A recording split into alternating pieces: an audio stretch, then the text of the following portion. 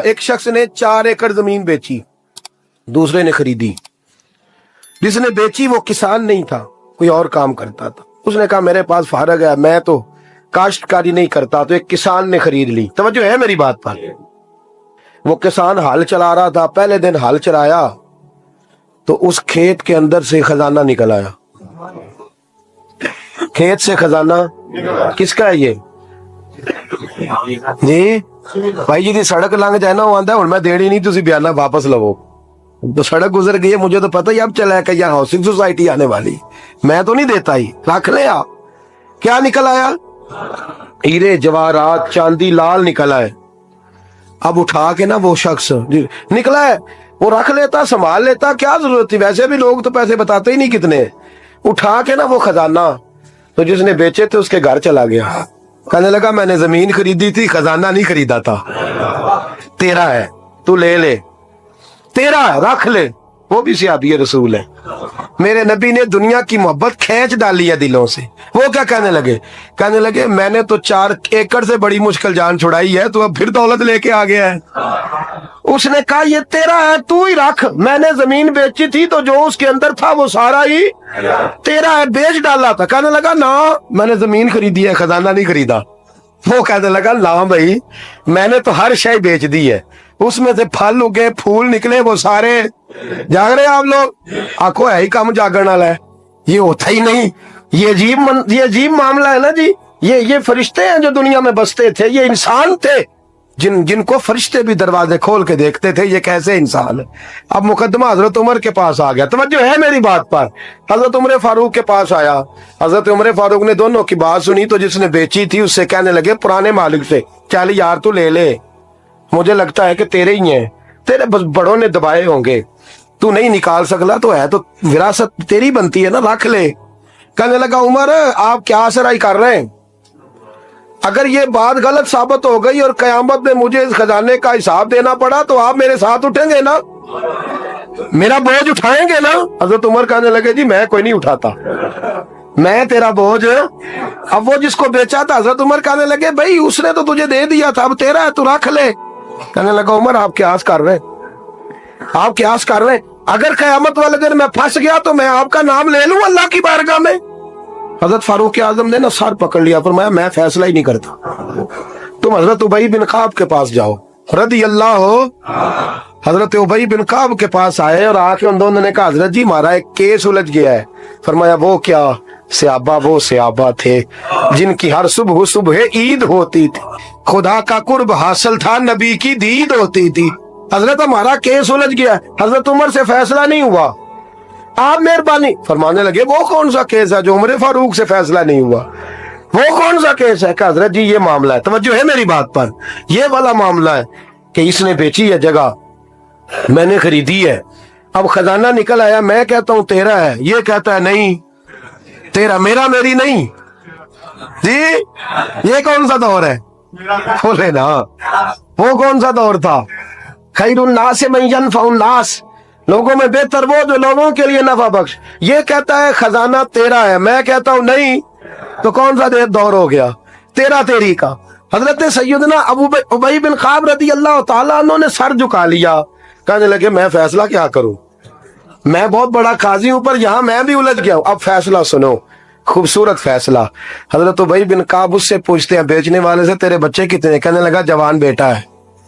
خریدنے والے سے کہتے ہیں تیرے کتنے بچے ہیں؟ اس نے کہا جوان بیٹی ہے. کہنے لگا میں ان دونوں کا نکاح کر کے سارا سامان انہیں جہیز میں دے دیتا ہوں, ان کا نکاح کر کے سارا کچھ انہیں جہیز میں دے دیتا ہوں, تیرے گھر بھی آ جائے گا, تیرے گھر بھی. یہ فیصلہ سیدنا ابی بن کعب رضی اللہ تعالیٰ عنہ نے دیا. لوگ رو رہے تھے, کہہ رہے تھے کیا بات ہے اس فیصلے کی, کیا بات. ایک نوجوان تھا مینا کے بازار میں, دوڑا جا رہا ہے, تو ایک بابا جی اس کو ملے, بزرگ. تو ان بزرگوں کے اس نے, توجہ ہے میری بات پر آپ, ان بزرگوں کی تھیلی اس نے اشرفیوں والی چھین لی, چھین کے دوڑ گیا, کافی آگے چلا گیا تو گر گیا. جب گرا تو نظر آنا بند ہو گیا. لگاؤ اللہ کے ولی کی بے ادبی ہوئی ہے, اس لیے نظر آنا بند ہو گیا, بے ادبی ہو گئی. بڑا پریشان ہوا, سخت آزمائش کا شکار, کیا کروں کدھر جاؤں.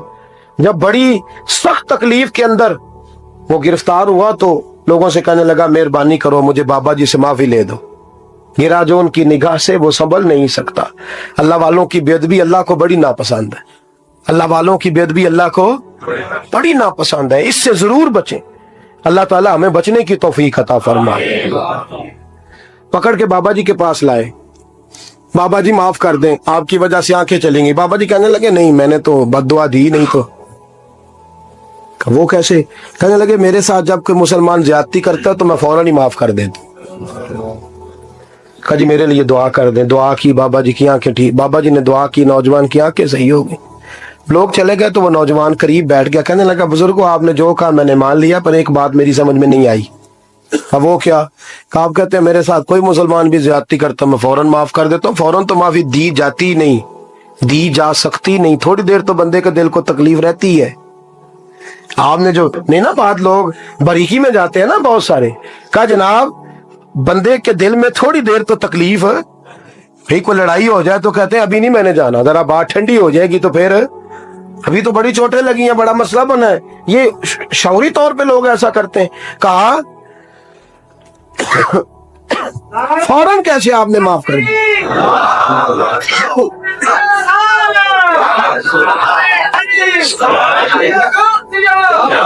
कहा फौरन कैसे माफ कर दिया? तो बाबा जी कहने लगे मुझे अपने नबी से प्यार ही बड़ा है सल्लल्लाहु अलैहि, हम इश्क के बंदे हैं, क्यों बात बढ़ाई है, मोहब्बत बड़ी है रसूल रहमत से। पर मैं क्या बात है? बाबा जी कहने लगे मैंने हुजूर की एक हदीस पढ़ ली है, अब जो मुसलमान भी ज्यादती करता है मैं फौरन माफ कर देता हूँ। कहा वो क्या हदीस? सुने मेरे दोस्तों, और बुजुर्गों की सोच देखें कहां तक जाती है।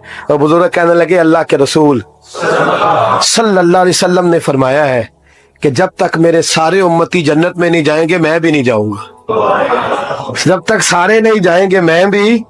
तो बाबा जी कहने लगे देखना तेरा मेरा झगड़ा है, अगर ये झगड़ा हुजूर के पास जाएगा, अल्लाह की बारगाह में जाएगा, फिर इसका फैसला होगा, फिर ये मुकदमा लड़ेगा, फिर ये केस चलेगा, जब फैसला होगा तब तक मेरे रसूल पाक जन्नत में नहीं जाएंगे, बैठे रहेंगे। तो मैं अपने नबी को तकलीफ तो नहीं ना दे सकता, मैं अपने रसूल को बिठाए रखने की आजमाइश तो नहीं ना दे सकता। लिहाजा जो मुसलमान भी ज्यादती करता है मैं फौरन ही माफ कर देता हूं, ताकि मेरे महबूब को कोई तकलीफ, मैं तेरे और अपने बारे में सोच नहीं रखता, मेरी सोच तो हर वक्त जाते रिसालत पे लगी रहती है, मेरा ज़हन तो हर वक्त मेरे महबूब की तरफ लगा रहता है, हर वक्त मैं हुजूर के बारे में ही सोचता रहता हूँ। मिली सोच अपनाएं, कौमी सोच अपनाएं, जिंदगी में वो वाले काम करें जिससे कौम को नफा हासिल हो, मिल्लत का जिसमें फायदा हो, कुछ ऐसा कर जाए जिंदगी में जिससे लोग नफा उठाते रहे। महमूद गजनवी गुजर रहा था, एक बाबा जी बुढ़ापे में हाथ कांप रहे हैं तो एक पौधा लगा रहे थे, तो महमूद गजनवी को बड़ा पसंद आया। कहा बाबे को मेरे पास तो बुलाओ। बुलाया तो कहा बाबा तेरी उम्र अब हाथ कांपते हैं, सर कांपता है, राशा तारी है, तू तो ना फल खा सकेगा ना छांव में बैठ सकेगा, तो बाबा जी आप ये क्यों कर रहे हैं?